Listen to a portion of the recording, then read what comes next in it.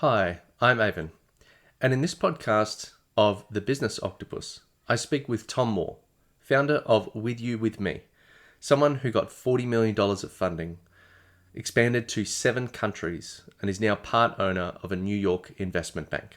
In this conversation, we get quite deep and quite personal. Have a listen. So I guess the best place to start is at the beginning. So I think we met, might have been like 2017 or 2018, right. Online. Yep. You were doing With You With Me. You needed someone to train some people on Salesforce. Yeah. And then when we first got talking, we discovered that you were 7 RER, I was 5 RER. Whilst we'd never crossed paths, we know all the same people in the same place at the same time. And then through that journey, fast forward to today, and we'll get into it a bit more, but my understanding is that you raised $40 million of funding, rolled out to 7 countries, and now you live here in Florida, and part owner of a New York investment bank. So pretty wild and crazy journey. And I think that, for the most people that sort of listen to my podcast, we try to talk to people who have been where they want to go, who have done what they want to do. And, I like that you're not necessarily super flashy about that. Like, you don't get on the social medias and flash the... I don't even have shoes on. Well, neither do I, so that's good. So yeah, how did you get to where you are? I wish I was better about how I helped you the first time we met. Yeah. I just want to put that out there. Okay. In what sense? Well, I feel like at that time... I was really busy. I wasn't grounded. I wouldn't pass a CEO test, And,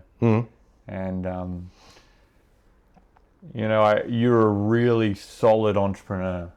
And, I couldn't care for entrepreneurship in a sense. So, I don't think I'm glad that we got to work with you. I wish I made it better. Yeah. Well, how... Probably, and that's exactly where I am now. Right. Trying to make it better. Yep. By doing a podcast.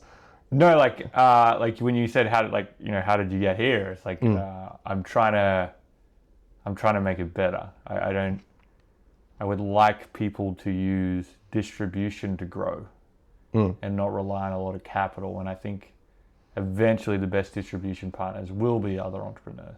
Yeah. Well, I guess, before we get into much of that is how did you get, the difference between being an officer to running a business? Because I think a lot of times, I had to break a few military mindsets, right. And then some served me well and some served me very poorly. So one of those being, more about the team and that is still very good, but also being selfless. Now, I think it helps to be a little bit selfish in some circumstances because ultimately you are trying to build an asset that grows, but almost to your detriment sometimes you tend to be more about, like caring more for others than you care for yourself. And I think sometimes that doesn't work on the balance sheet realistically between people. So really, what's your thoughts on that? As in going from being an officer to being a business owner? Yeah. Oh. I think I was a pretty shitty soldier. But I was good at field. I think I was a pretty shitty officer. And I was okay at tactics. And I think I was a pretty shitty entrepreneur. But I was good at selling. So I don't know if I was good at any of it. I think if there's no war or deployment going on, you don't like guys like me because I don't like convention. But on a simple level, like I found the transition from officer to business owner extremely hard, like really hard. How have you found it? Well, I bought a franchise the first time around. And we kind of like did all the systems and processes and cleaned things up, and this is starting to feel like a reverse interview, but if I tell you a bit of the background, that kind of explains how I got to where I am. Yeah. Might help me. So I bought a cafe, ran that for 4 years. Then all of a sudden the gas project in Darwin wound up, and then pretty much every customer's cut down by half. A lot of the major government workers moved out of the city, and so we had to try and kind of like keep it alive a bit, which didn't happen and ended up failing. And but before that, I was working 12-hour days, 7 days a week, trying to get things working, and then going from dealing with all men, rough, tough in the infantry, through to 16-year-old girls, trying to get them to turn up to work in uniform and fill out the timesheets correctly and all that sort of stuff. And then going through the whole, working stupid hours, then building systems, because I put facial recognition scanners in, I put, task management systems, and then that's how Relevate grew, was that people wanted subsystems and things like that. Anyway, the point, I guess, is that some things serve you well, turning up, being, sort of just going anyway. And I think that's kind of what you were alluding to, was that when you don't necessarily have to be good at everything, but you just have to be there, present, and turn up. So I guess, again, this feels like a reverse interview. I'm sorry. I think your skill is getting other people to talk. Maybe. Yeah. Why do you think that? Good question. I don't know. Why do you think that? I did. Like, if you really want me to answer your question on officer to business owner, like I'm bad at both of them. Like, I was a bad officer. There's a lot of things that said I wasn't a bad officer, but I'm not fit to be in a superstructure of the big machine. Yeah, and it was really upsetting learning that, because I didn't see that coming. Right, that was really upsetting. And then so I left that, and in some ways you look at what I did and it was impressive, in other ways it's not. I feel like it wasn't impressive, and that's probably all that matters. And then I started business because I can't get a job. And, I was asked this question, like, which is harder? And it's the business. When you're a platoon commander, people are already recruited for you, right? That's a hard thing to do. The money's already there. That's a hard thing to do. The culture's already embedded. Like, an army officer's job isn't to create a culture. The army literally has an ethos system that is ingrained into people. And one of the things that we learn is, like, you're not even allowed to talk unless the group starts to move together. So, it's like the easiest team to ever take over of people that generally actually want to be there. And when platoons go bad, it's because you're making people not want to be there. Like, there's always bad eggs, but that's predominantly the infantry. It's like you're not really dealing with people that don't want to do what you do. So you think of all of that, and then you go, you don't even have to worry about customers. Like 90% of the time, more, you're just training. Like, so you're like, the shop doors never open. So, like, all of those things, establishing a soul for a company with a lofty vision. Don't have to do that. That's really hard to do. Figuring out who your customer is. Don't have to do that. That's really hard to do. Figuring out what your commercial offer is to create extreme value for those customers. Don't have to do that. Marketing that value, even if the market doesn't exist yet, that's really hard to do. Don't have to do that. Last but not least, like, learning how to sell. Don't have to do that. Like, you have to tell people what's going on, and they literally have to follow the order. Yeah. So, like, all of those things I found were extremely hard. The one thing that was extremely useful, that is absolutely underestimated, I think, by people that leave the military, is the ability to gather intelligence. That's it. Like, I think if you're like, what's the one skill that a section commander or a squad leader or a platoon commander has that could help you start a business? Reconnaissance. Like, if you actually really think about that skill, it is an extremely valuable one in business.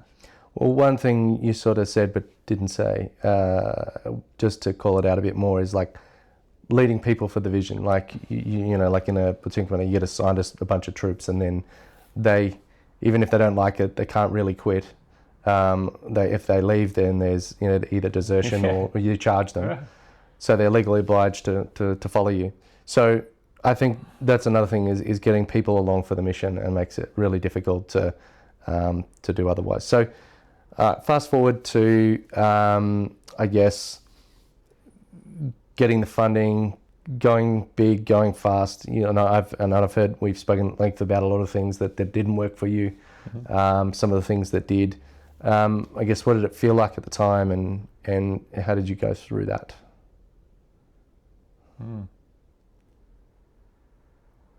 It feel like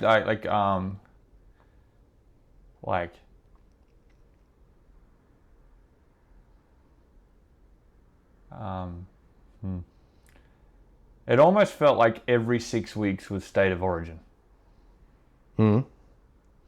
Yeah. From the training perspective or from the fan perspective? From the player. Right. So you were playing state of origin like every 6 weeks.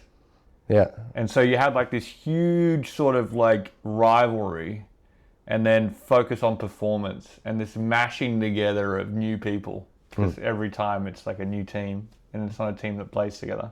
And then you'd sort of have this huge dopamine hit, and then it'd hit you in the face, and then you'd have to win.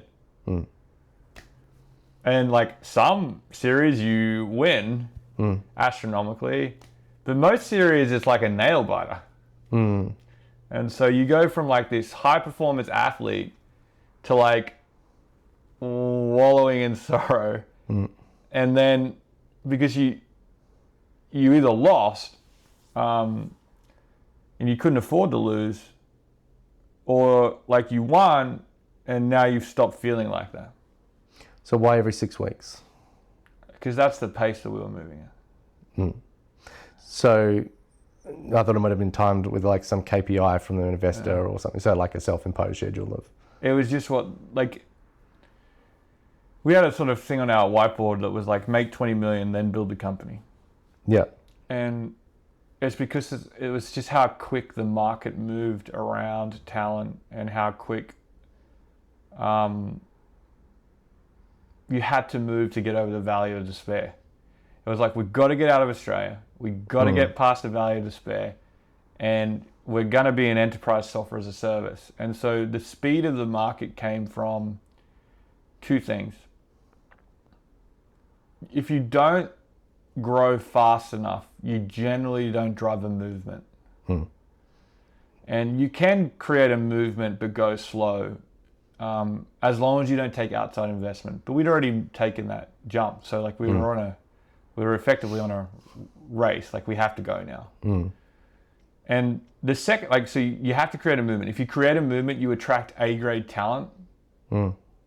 They come find you. And like, once you get to a certain like amount, that's pretty much what you need. Like, you just have to become really great at recruitment of those key people that can add that stackable value and run systems. And so you need speed for that, because like everyone's thinking, these fuckers might actually do it. And so like, if you get looking for those people that are looking like jump forward their career but know they're extremely valuable, that's the only time they jump, because it's like a safe bet, but it's also the wild card becomes a reality. And so that's the first speed. And then the other speed is like the speed, you have to outrun the large fragmented monopolies running distractions. And so like, you know, if you start to sell large enterprise software, it is a fragmented market of very few players, and they're system integrators. And they just have a lot more money than you.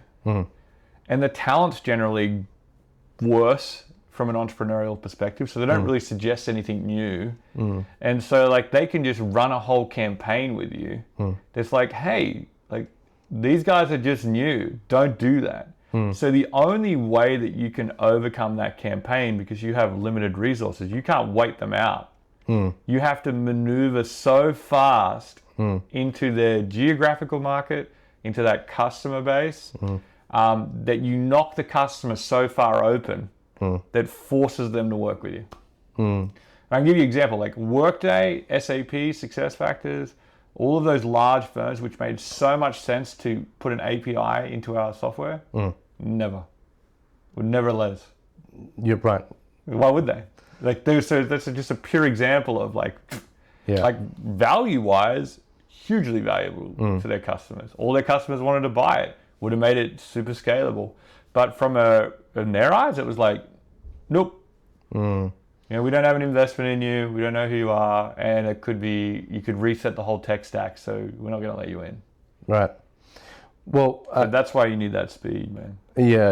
I always found those behemoths hard to work with anyway, because unless you can bring them 20 million a month, they don't want to know you. Yeah, there's a little bit of that, but it's like you like one of your only leverage, sort of one of your only things as a smaller company is speed. And so, but like you can't just speed. You have to speed past, take ground, and route where they are. And so like that's why it was like that. And I probably could have done it a different way. But I don't know if I don't know if I would have chose a different way. And I also don't know if that's true.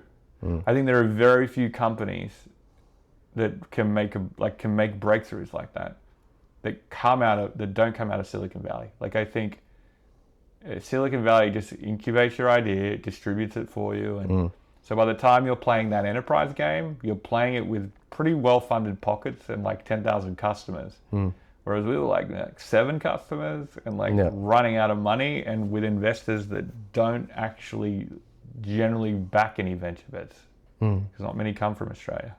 Well, I think that, you don't hear these sorts of conversations in Australia typically. So normally when people are talking about business, they're talking about the minutiae of, like staff and systems and mindset and all that sort of stuff, but they're not really talking about strategic players against aggressive partners who are trying to block you. So yeah, I think that I had a partner that went around Canberra and called my company "fuck you, fuck me," like repeatedly as a reputational campaign to stop us winning business in Canberra. Well, yeah, like that's what they were doing. Like they couldn't think of anything else. Well, but that's in Australia. Like I would imagine that. Well, I guess people play silly games in Australia because it's so small. Like there's not a lot of big enterprise in Australia. They play silly games everywhere. Yeah, even in the US markets. Yeah, because you're the unusual one. They don't know who you are. If you inhibit a large bureaucracy and you've been successful at it, you've probably got pretty effective at politics. So politics is a skill that most new entrepreneurs need? No, I don't think so. I think like if you're dealing with a large distributor that sells to your ICP and it's a corporation, just be aware that the people that you're dealing with, like that's one of their skills.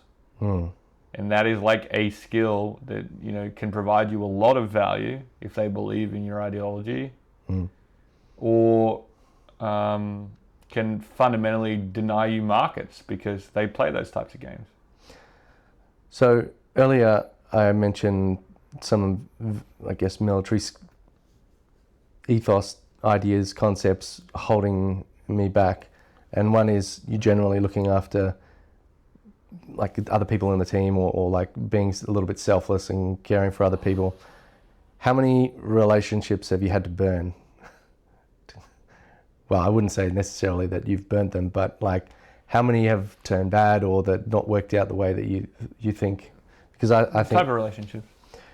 Well, it might, like sometimes you're going to piss off a customer. Sometimes you're going to piss off an employee. I can think of quite a few, but I probably wouldn't have approached it in the same in the military sense. It's a tough question.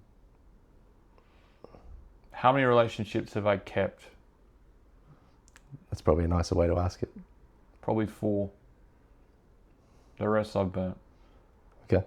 And I am absolutely ashamed about it.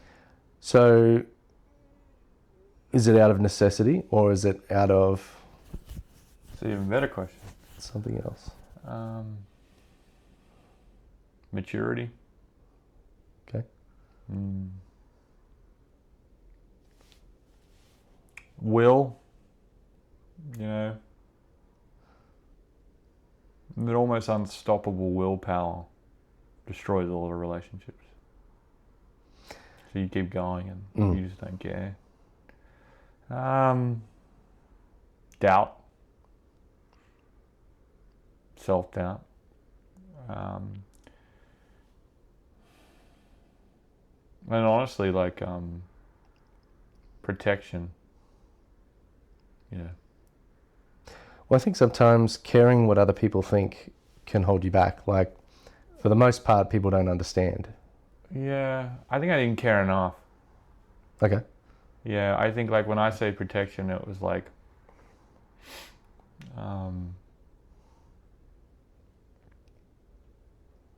my trust was very low. And I'd been around an environment where my trust was very high. And I'm almost too sensitive. So I'm sort of, another way of putting it, my heart was broken so many times that I just was like, you have to earn my trust. I'm not going to give it to you. And it was the wrong way to be. Well, it's very true in the military sense, because you're supposed to be in a high trust environment. You're supposed to rely on these other people that you may not have met directly. You haven't had the time to build up a rapport or relationship with them. If you meet them in the middle of a gunfight and they're wearing the same uniform, more than likely you have to rely on that person, even if you don't know their name. So if in the civilian world, when you're doing things and you put that trust in people, and I've felt the same, where I've gone and trusted people and given them the benefit of the doubt, and I get absolutely screwed. Even one who was a reservist, the guy we bought an IT company off, turned around and poached clients within a month. So. And how did you feel about that? Well, very pissed off, because we paid the asking price and probably didn't screw them down as hard. We were a little bit more forgiving on certain terms. So you felt like you were fair? I felt like I was fair. Yeah. And maybe there's the other end of the spectrum is obviously being unfair, but is there one that's a little bit more slightly fair? So somewhere there's a spot in the middle that we should be trying to aim for. Yeah, maybe. Or like maybe you can just be proud that you're the fair one. That helps. Doesn't always help the bank account though. I think it will in the long term. I think so. I mean, we could have gone. That's my belief. Yeah. Well, I could be wrong. No, I took that approach with this particular instance where we could have spent 50 grand and going to court, and that probably just would have been the start of it, if we get anything back. But we decided to focus on the customers we had and just let it go. So, I guess it's. What did you learn about yourself when you made that decision? Well, I don't know. I've had a lot. I guess it was a bit of a hard decision, and you take it personally, and you feel quite frustrated. But realistically, if you think about the bigger, longer vision, do you really sort of shortchange yourself in the short term for a win? Like, it would have just been a vanity metric. These things happen all the time where people go and poach clients. Maybe next time I'll just put harder terms, or I think not harder terms, but the more like chess, where you've got staged gates to release certain things, to go, when this happens, that'll happen. When that happens, this happens. It's still fair, but obviously for both parties, it reduces the risk mutually. Yeah, you're still fair, right? Fair in a different lens, yeah. Something to be proud of. So what do I think? Like, back to your question, like, why was I like that way? One of the things that is really interesting, and it connects to your first question, is the military tells you that you really can't show vulnerability in front of your men. Yep. And so I don't know if that's a good lesson.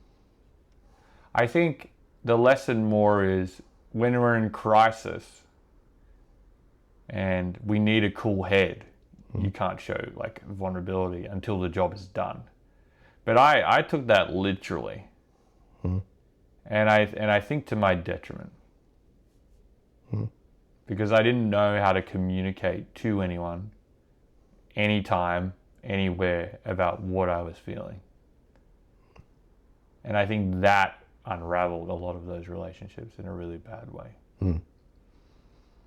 And unfortunately, I think like the difference between the military and sort of running a high growth company is that it's the same, but it's not the same. So like in the military, it's like, yeah, we don't want to know what the boss is up to really. You know, like there's a very different line, you know, and I sort of experienced that going from soldier to officer. It was like, oh, okay. Like there is like a weirdness and a bit of a gap. But you know, most of that's just respect. Power distance.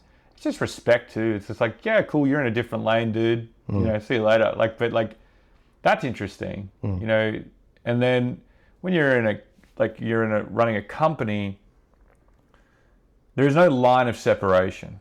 Like there really isn't. Like it's like people they just see you places. Like you can't. And if they don't, they try to find out. Like there's like this weird, I don't know if it's a certain size of company it happens, but like people, just some point, certain size of people with none of that sort of rank structure, like you can have like people in charge and stuff. They at some point, like businesses do have to deal with a gossip problem. And that's it. This is what it is. It's like, I don't know what happens, but you know, I know the military has a little bit of it, but not to the extent of running a company. Well, they've got a predetermined structure, which there is no predetermined structure. You create the structure. I also think businesses are just less exciting than the army. So like, it's like people are just a bit bored. Well, if you were looking at, say, the structure of the average company, and like internally in the company, you know the structure, but when you're trying to go out and talk to people, what happens? What do you do when someone thinks you're the pleb? They come across you and they go, they try to tell you how it is, and you're trying to have like a high level meeting with someone.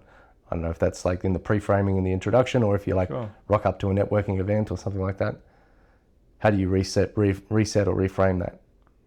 For me? Yeah. I never thought that way. I've never thought,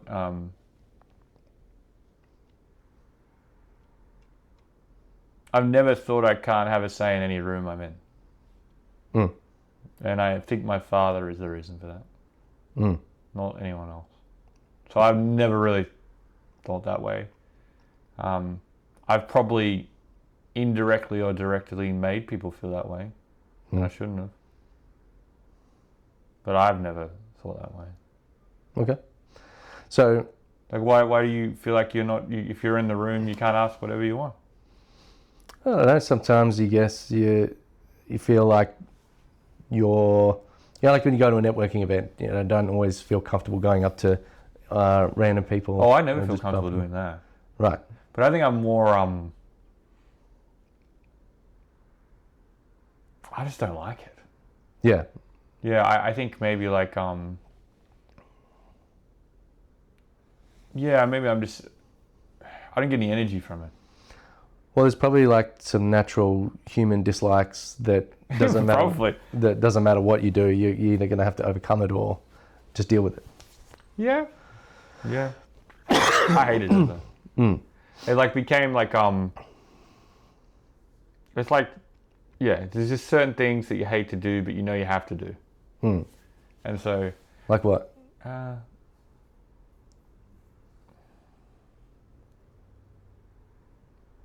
Like quarterly business reviews suck. And having difficult conversations with customers in those suck.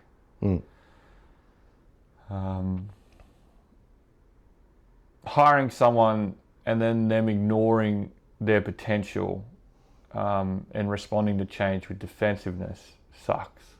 Yeah, that sucks. Because like they're just right there and they can do it, and you just want them to succeed, and they're just not ready, or they'll never be ready, and that sucks. Not even from a money perspective, it just sucks. It just sucks because it's like something happened to them that's stopping them. And then, dealing with like lawyers. That always sucks. redlining things on other sides of the fence sucks. Outreach sucks, but it's a good type of suck. Like business development, you know, it's enjoyable, but it's still also something hard. And you know, I think the biggest thing that sucks is just sticking with it. Yeah, I think that's the thing that sucks the most. So I guess fast forward to now, what's going on? Well, you know, I think at a really simple level, what we're showing founders how to do is be courageous in a market. It's like at a fundamental level. It's like, how do we help people to get told they're wrong so much and that it won't work? That the reason it's not working is you're not courageous enough to the people that are telling you you're wrong. So like that's the fundamental concept. And then at like a really, you know, for want of a word, like application layer level, it's like, can we create an investment bank that is just a distribution network of people where the main transaction is partnership, not acquisition or investment?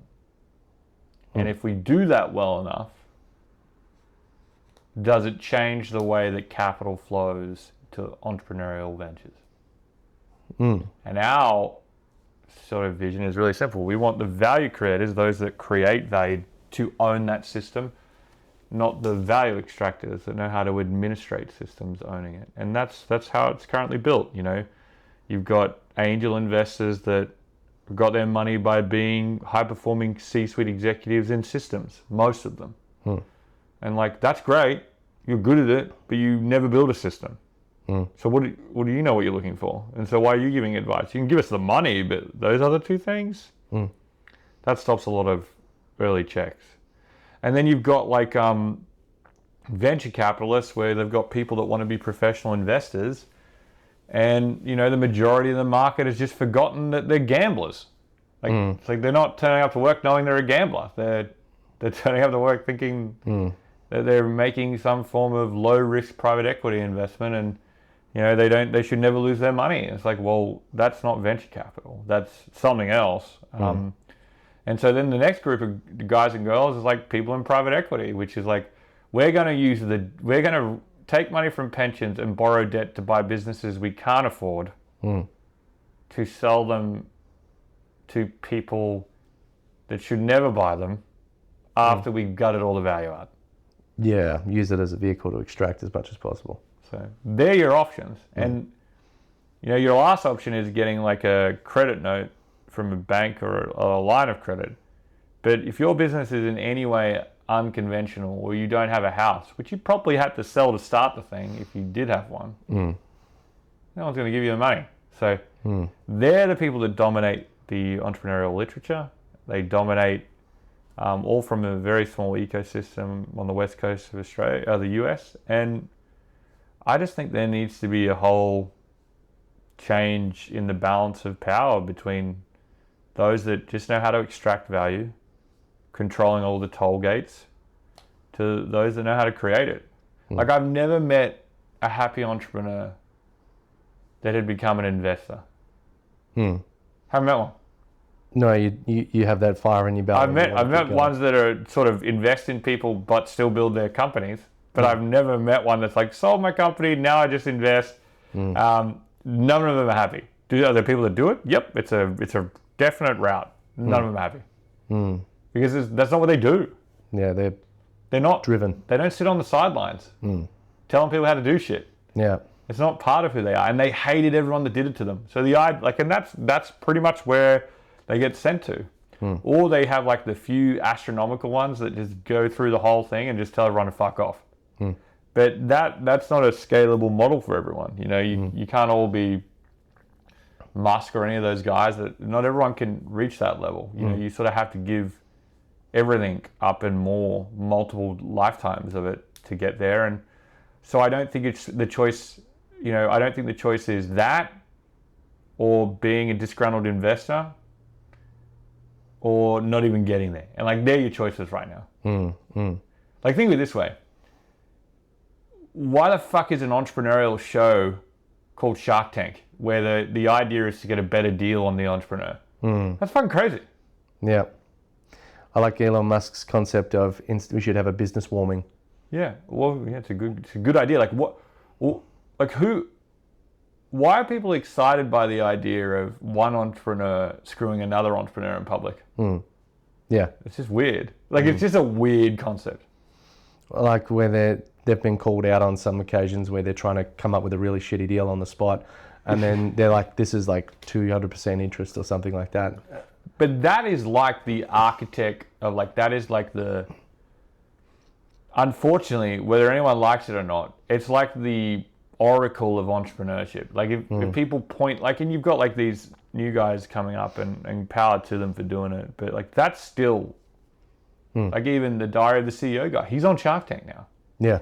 Yeah. So like what they're all great. They've probably all been great entrepreneurs, but like we shouldn't be accepting that we're better than that. So we need a new show. Yeah, maybe. I think so. I think encouragement and partnership is a path that entrepreneurs struggle with because they do a lot of the journey alone, which is so they're not good at partnership. But it could completely unlock a lot of their value. And encouragement, like they just don't get much, so they don't apply. So what do you like about what you're doing now?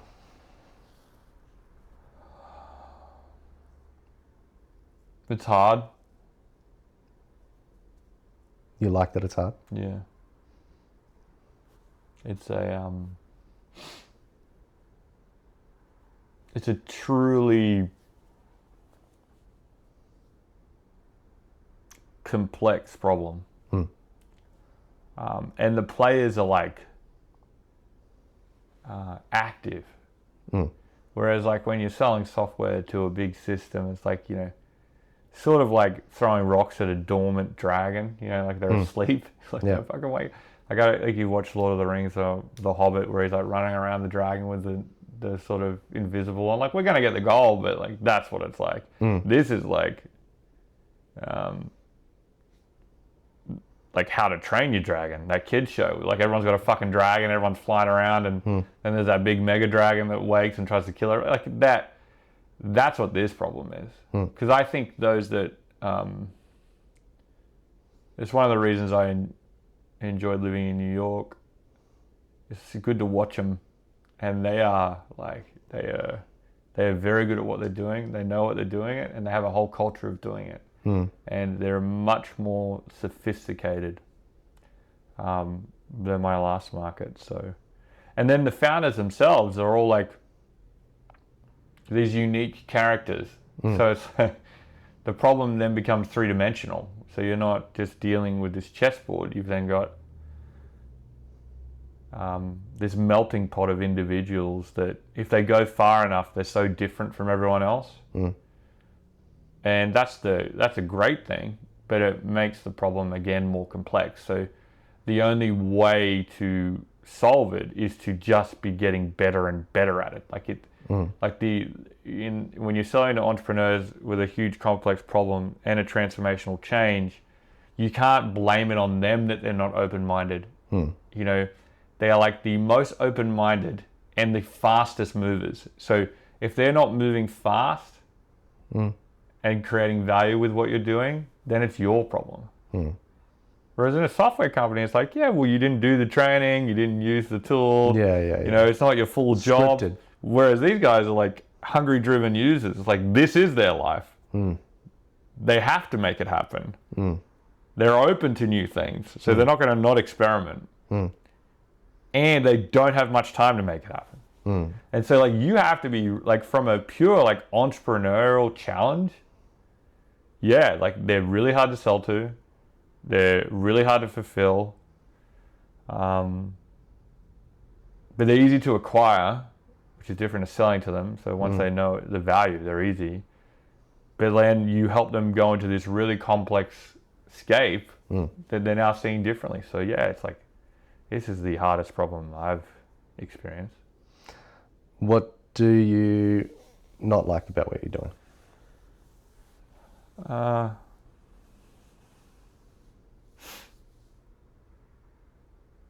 I'm grateful for what I'm doing. Hmm? Yeah, I'm in the bonus round, man. I shouldn't be here. No negatives? Just the time away. Like it's taking longer than I thought it would. Molding human but minds. way faster than my first business. So. Yeah. Molding human minds generally takes a bit of time. Yeah. I think encouragement requires patience. And it sounds really obvious when you say it. Like real encouragement is like staying in. And, you know, I always thought starting was hard. And I think most of the entrepreneurial books, like just start. But like sticking with it is way harder. Yeah. And like there's sometimes you want to like, you know, grab these founders and just smack them around a little bit. Like it's just like, hey, like, you know, I've been there, but that doesn't work. It's like, you know, look, I'm in it with you. So what do you want to do? Is a question to learn that I didn't think I'd use again after the military, but it's sticking with it is really hard. But that's where the encouragement is built. It's not sort of like celebrating wins. Founders don't like wins. They like skills. And they like once they get through something, when things become clear. They really like that. So if they get a skill and then things become clear, it's like better than anything else for them. Yeah. Yeah. Because then they figure out the value of all of that. And then they look at all the time they wasted. And so they don't worry about the time they wasted either. They sort of go, well, and this is really interesting about founders that I've seen that are good ones. They'll go, oh, at least I won't waste that time again. And that's why I like them. Yeah. For the ones that listen anyway. I think they all listen. I think they learn. They know they have control over how they learn, and most people learn differently, but most people never realize. But founders know how they like to learn. Yeah, because like all of business is learning and figuring out what works, what doesn't, what happens next. It appears to be that way. So, I think we've covered a lot of good stuff. Is there anything you want to ask me while we're here? Play out our reverse interview.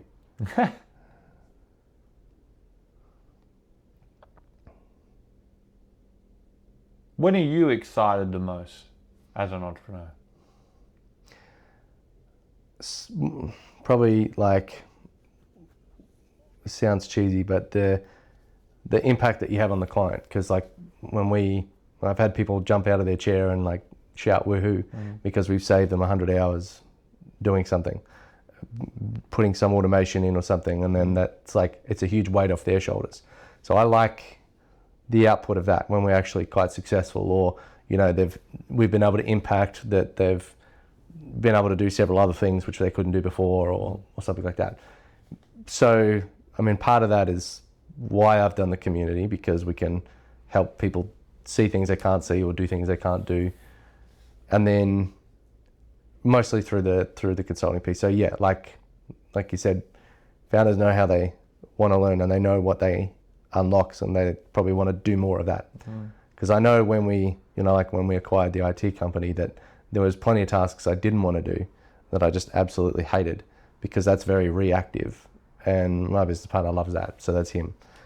But for me, it's more like proactive and experimenting and planning and building, and then have the output of that. That's probably the most exciting thing. I think most founders, unless you get stuck in a problem you can't get out of, they're doing the things they want to do anyway. That's why they've built the company.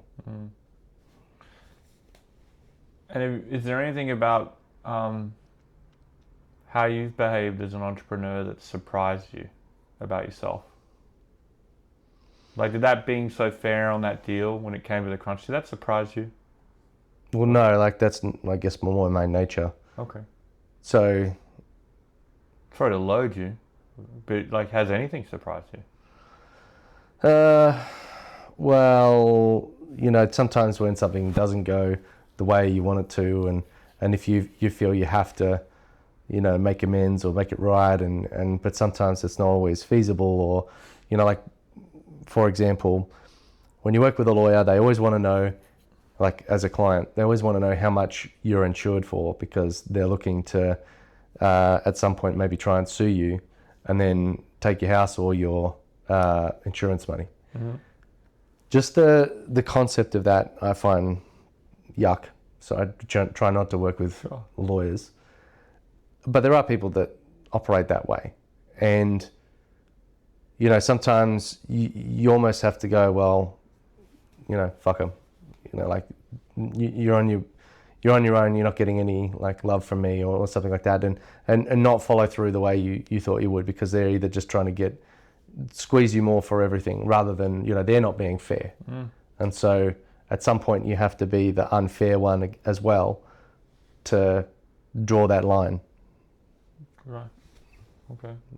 And do you think you have a strong partnership with your business partner? Yes. What makes it strong? Well, I guess there's that sort of military bond, and okay. But also, like, we can go not talk for 3 months, come back together, and we'll have made exactly the same decisions. Or at least if we talk about it and say, well, I would have done this, but I see what you did and why. So there's, like, implicit trust there. And then, so when we first started working together, he was in Sydney, I was in Brisbane. We worked the first 3 years without seeing each other face to face because of COVID. Then he had a baby, then he snapped his ankle, then the COVID lockdowns again. So for a long time, we couldn't get either way. And when we eventually caught up again, by that time we had several staff. I think we turned over $1 million at that point, cumulatively. And again, it was just, we sort of just fell into it, really. But I'm very lucky. I don't think many other people have that sort of relationship. Right. Do you think you could have done it without a partner like that? It would be a lot slower, and I wouldn't be where I'm at. Right. And, looking back, what's one thing that you wish you hadn't done so far on your journey? Well, there's more than one. The worst one. Let's see.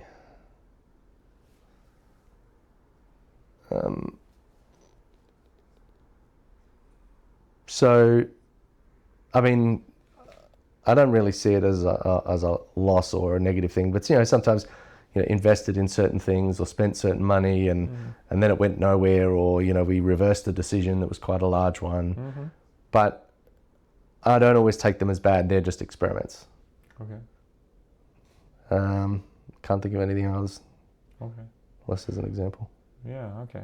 Well, I guess then, where's, like, the loftiest vision of where you're going, do you think? Where are you going to take this? So I have a 5-page document that I've written with the team.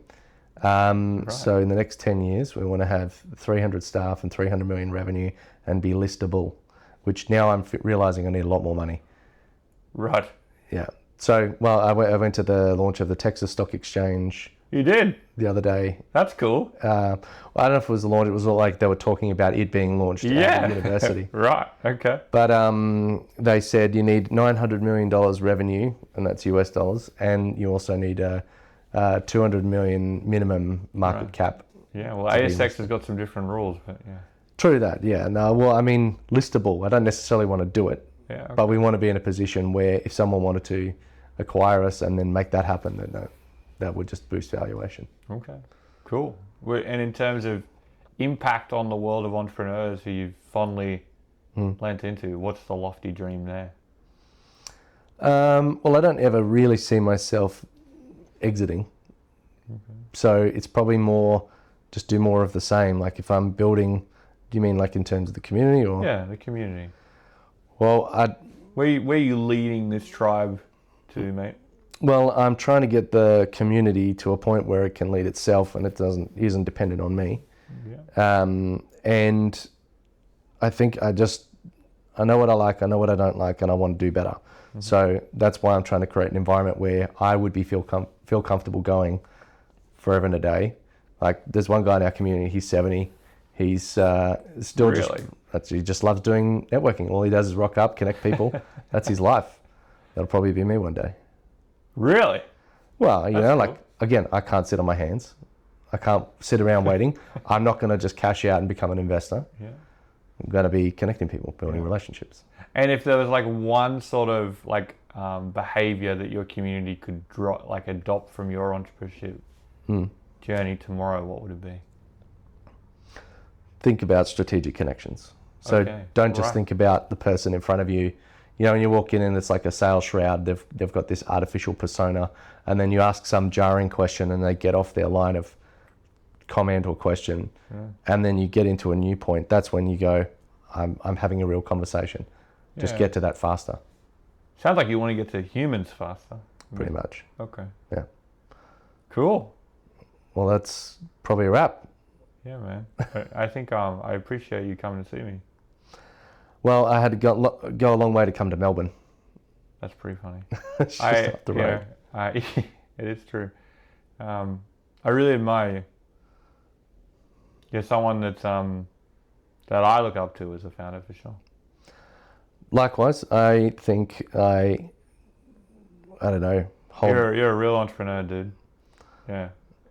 Well, I feel like I hold back, or like I'm bothering you or wasting your time. No. So when when getting set up here, I was trying to be quick for you. Yeah. So Yeah, you don't need to be. You know, I admire you because you built it all from zero. You've almost lost it multiple times. And you're in the arena doing it better than most. And, you know, I really admire people that actually enjoy it. And you enjoy it. I've shaped it so I enjoy it. I didn't always enjoy it. Right. Like, That's good to know. Yeah. But yeah, I guess you got to feel the pain to do it anyway. Yeah. Well, thank you. Yeah, thank you. It's been great.